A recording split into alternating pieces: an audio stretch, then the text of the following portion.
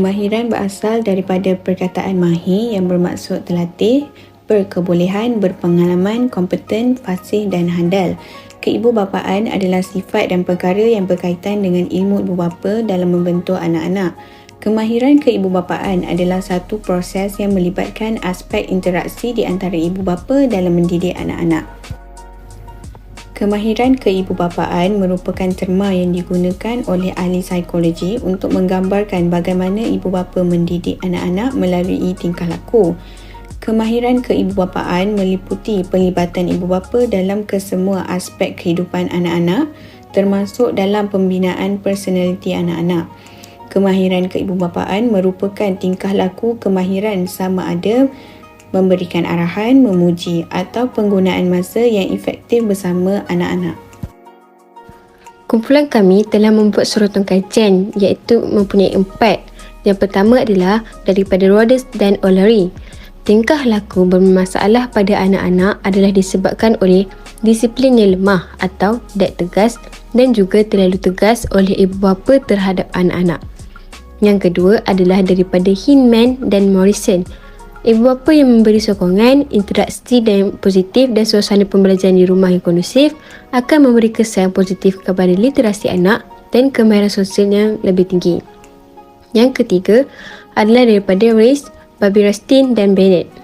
Ibu bapa golongan muda yang mempunyai pengetahuan yang rendah terhadap perkembangan anak dan kurang mendapat sokongan sosial mempunyai depresi yang tinggi. Dan yang terakhir adalah daripada Iwani dan Snedden.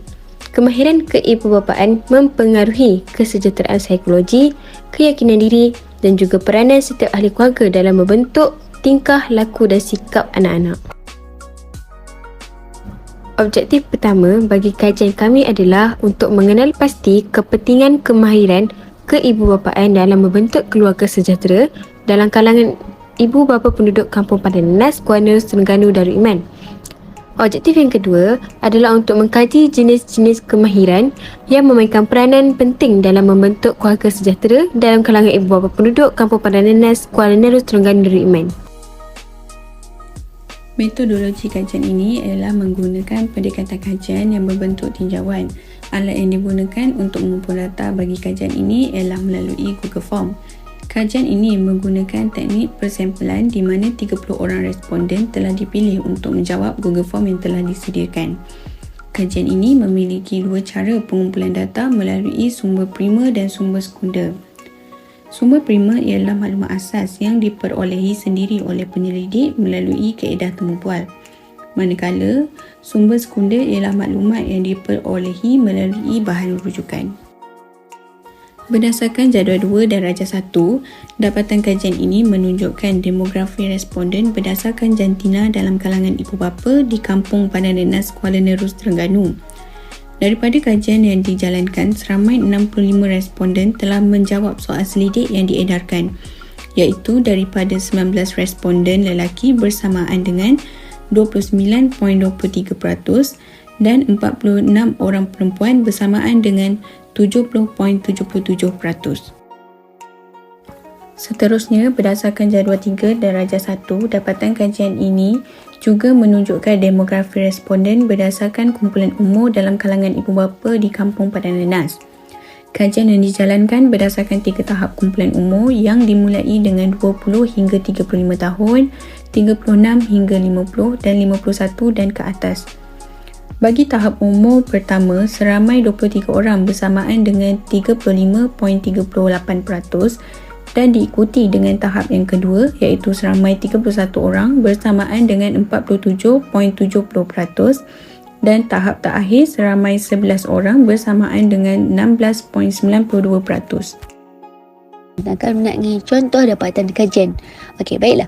Contoh dapatan kajian pertama bagi objektif khusus kajian berdasarkan graf pertama iaitu pada bahagian B, di mana kami memfokuskan mengenai kepentingan kemahiran keibubapaan dalam membentuk keluarga sejahtera. Okey, pada bahagian ini kami menggunakan kaedah soalan ya ataupun tidak dan kami mendapati bahawa majoriti responden iaitu sebanyak 92.31% bersetuju bahawa Asian parents ni termasuklah ibu bapa yang ibu bapa Asia, di mana kita boleh lihat Chinese, Indian dan juga Melayu. Okey, lebih cenderung kepada mendidik anak berdasarkan pengalaman berbanding kemahiran.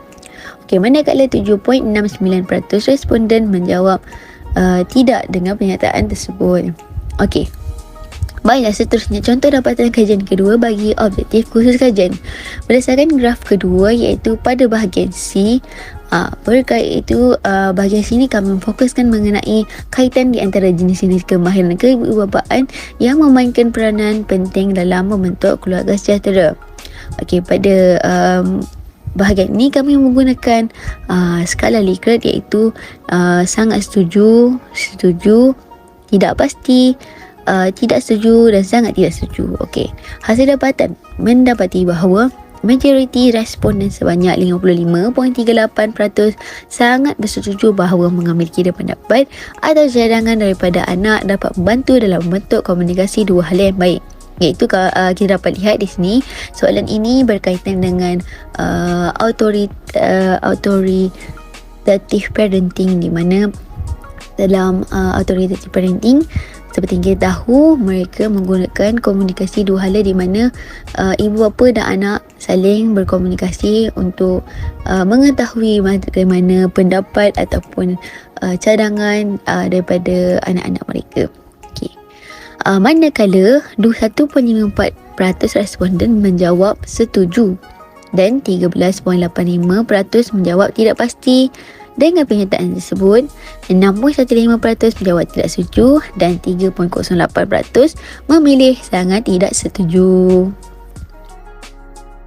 Baiklah, seterusnya kita beralih pula kepada cadangan, di mana antara cadangan-cadangan yang kami dapat simpulkan yang dapat dilaksanakan adalah antaranya termasuklah ibu bapa secara amnya perlu menguasai kemahiran keibubapaan dengan sempurna sebelum diadaptasi kepada anak-anak. Okey, di mana kita dapat lihat di sini kebanyakan ibu bapa tidak mempunyai kemahiran ibu bapa yang baik, dan juga tambahan pula baru-baru ini banyak sangat kes kahwin muda dan bercerai, di mana kerana mereka tidak mempersiapkan diri dengan kemahiran keibubapaan yang baik. Okay.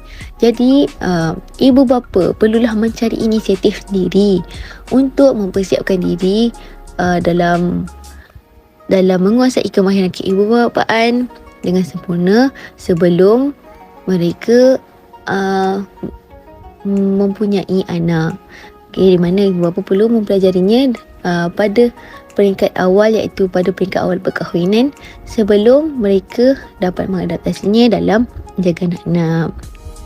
Okey, yang kedua, di mana kerajaan boleh mengadakan kempen kesedaran secara berterusan agar kesedaran mengenai kepentingan kemahiran keibubapaan dapat dihayati. Ya, seperti yang kita tahu, kemahiran keibubapaan ni dipandang remeh dalam masyarakat Asian parents. Akan tetapi jika kerajaan menyediakan dana ataupun memanggil atau menyuruh NGO ataupun pihak-pihak yang tertentu untuk mengadakan kempen kesedaran, iaitu secara berterusan, secara berkala, seperti setiap minggu ke ataupun setiap bulan, maka ilmu tentang kemahiran keibubapaan ini dapat disampaikan kepada kesemua ibu bapa yang berada di Malaysia dengan sempurna. Baiklah, yang seterusnya, menyediakan modul-modul bimbingan atau kelas pengajian secara atas talian bagi memudahkan ibu bapa untuk memahami ilmu kemahiran keibubapaan dengan lebih mudah. Okey. Baiklah, yang terakhir, media massa, di mana media massa menyebarkan informasi mengenai kemahiran keibubapaan melalui iklan maupun cerita yang menunjukkan suri teladan yang mengamalkan ilmu keibubapaan yang baik. Perbincangan berdasarkan kajian. Yang pertama, kemahiran keibubapaan Asian parent lebih banyak dipraktikan oleh ibu bapa zaman kini.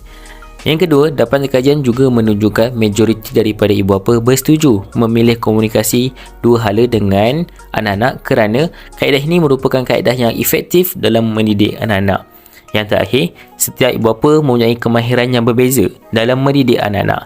Hal ini kerana ibu bapa mendidik mengikut peredaran zaman yang kini kian berubah.